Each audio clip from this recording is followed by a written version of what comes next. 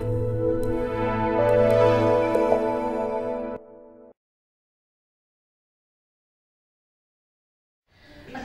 nama saya Agnia Fanda Destifani dari jurusan Agribisnis Fakultas Pertanian Universitas Padjadjaran. Pada kesempatan kali ini saya akan mempresentasikan hasil karya tulis saya yang berjudul Pemanfaatan Limbah Rumah Tangga sebagai Bahan Pembuatan MOL atau Mikroorganisme Lokal untuk meningkatkan produktivitas ramah lingkungan bagi kesejahteraan petani Indonesia. Mikroorganisme lokal atau MOL untuk meningkatkan produktivitas ramah lingkungan. MOL merupakan organisme atau bakteri yang didapatkan dengan perkembangbiakan lokal karena diproduksi sendiri. MOL dapat diternakan dan diproduksi sendiri dengan memanfaatkan limbah rumah tangga sehingga dapat mereduksi volume limbah rumah tangga. Komponen dari MOL ini terdapat di karbohidrat yang terdapat dari air cucian beras. Lalu glukosa itu didapatkan dari tumbukan gula atau cairan gula putih bisa. Dan sumber bakterinya bisa dari kulit buah-buahan atau buah-buahan busuk. Untuk pemanfaatan menjadi MOL ini, limbah rumah tangga hanya menggunakan sampah organik.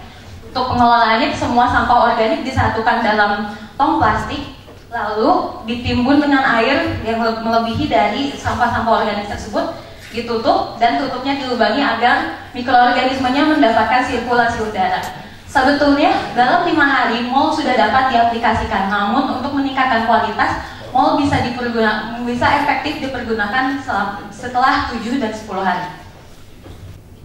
Aplikasi MOL. MOL dapat diaplikasikan sebagai dekomposer dalam pembuatan pupuk organik padat dengan mencampurkan pupuk organik padat dengan kotoran hewan. Lalu setelah 7-10 hari difermentasikan dapat langsung diaplikasikan kepada tanaman. Lalu MOL dapat menjadi dekomposer pada pupuk organik cair dengan mencampurkan 1 bagian MOL dengan 15 bagian air, lalu diaplikasikan langsung kepada tanaman. MOL selain dapat menjadi dekomposer, MOL juga dapat menjadi pestisida nabati dengan cara memindahkan MOL ke wadah semprotan lalu mengaplikasikannya langsung kepada tanaman yang serang hama dan penyakit. Mengapa MOL bisa menjadi pestisida nabati? Karena di dalam MOL terkandung bahan yang dapat meningkatkan imun tanaman secara natural. Saya mengharapkan bahwa selanjutnya petani dapat memandirikan diri mereka dengan memproduksi MOL dan menjualnya kepada masyarakat perkotaan yang menyukai urban farming. Karena ciri masyarakat perkotaan adalah pragmatis dan yaitu praktis. Mereka ingin praktis sehingga petani dapat menjual MOL produksi mereka kepada masyarakat perkotaan. Sekian presentasi dari saya. Wassalamualaikum warahmatullahi wabarakatuh. Ya, artinya di sini ada satu konsekuensi kan, bahwa ini tidak lebih ampuh dari pestisida. Kira-kira kesimpulan kata-kata tadi sekarang apa demikian kenyataannya? Bukan, jadi karena degradasi lahan efek dari penggunaan pestisida kimia yang lalu-lalu, jadi sebenarnya pertanian organik itu baru bisa dinyatakan 100% organik setelah lahannya diolah selama 10 tahun. Jadi mungkin hama dan penyakitnya itu masih sangat resisten jika diaplikasikan langsung dengan pertanian organik karena masih terbiasa dengan pestisida kimia.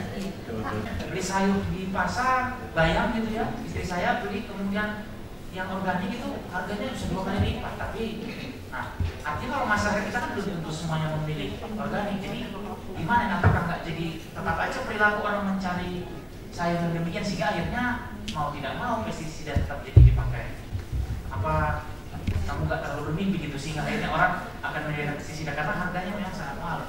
Gimana komentar kamu? Enggak Pak, jadi kalau misalnya untuk produk pertanian konvensional dia kan menjunjung tinggi keuntungan, tapi kalau produk pertanian organik itu dia menjunjung tinggi kesehatan.